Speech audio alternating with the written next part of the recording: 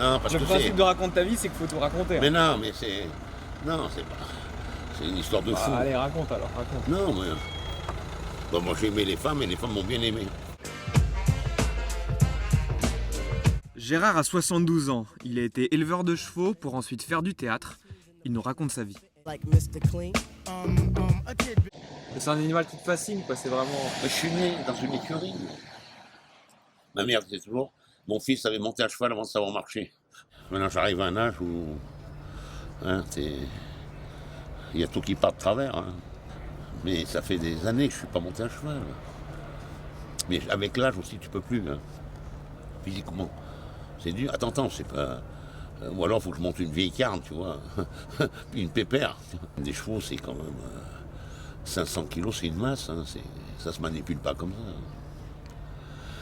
Puis il faut avoir la condition physique aussi, il y a tout. J'ai eu la chance de connaître des gens avec qui c'était intéressant de vivre, de grandir, de parler. Ça m'a permis de prendre ce recul et de toujours, sur une information qu'on me donnait, si j'avais un doute, je vais la chercher, je vais essayer de trouver une réponse. Ils veulent paraître, les gens, tu sais. Quand je te dis de lire Arias, tu sais, Arias... Le caractère de la bruyère. Bah, il a tout vu, il a tout entendu. Ma mère me disait toujours, quand tu sais pas, il n'y a pas honte à me dire à ne pas savoir. La honte, c'est de dire que tu sais alors que tu sais pas, parce que tu auras toujours quelqu'un qui va te ramasser. Ce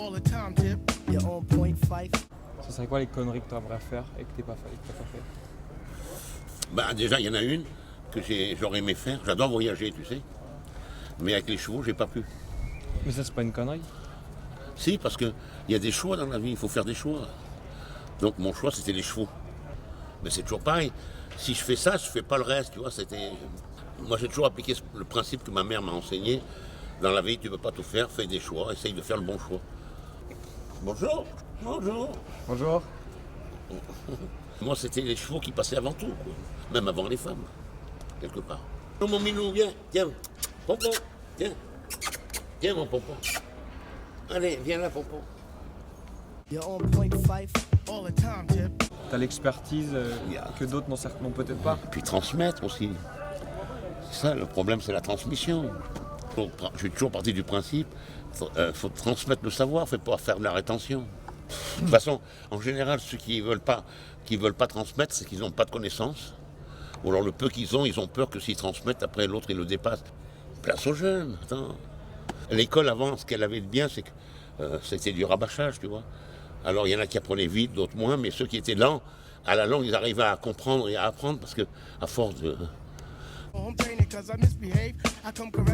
parce Le que principe de raconte ta vie, c'est qu'il faut tout raconter. Mais non, mais c'est... Non, c'est pas... C'est une histoire de fou. Allez, raconte alors, raconte. Non, mais... Bon, moi, j'ai aimé les femmes, et les femmes m'ont bien aimé. Alors l'autre, il disait, moi, ma femme m'a jamais trompé. Moi, j'étais cocu, hein. Mes femmes aussi, hein.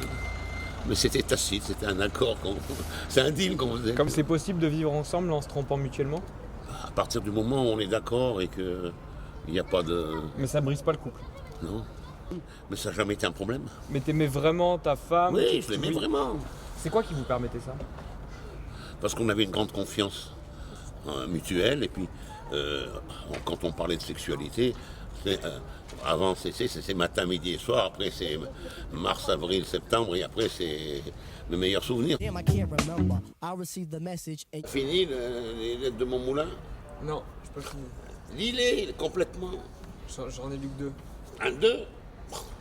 Fini le bouquin, tu vas voir, c'est phénoménal. Sir Arthur Conan Doyle, Ah ouais. La Compagnie Blanche. C'est un des rares romans qu'il a écrit.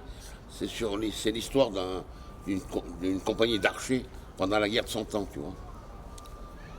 La France, l'Espagne, tout ça. C'est ce que tu es en train de dire actuellement. Ouais. Crazy, sad, and alone.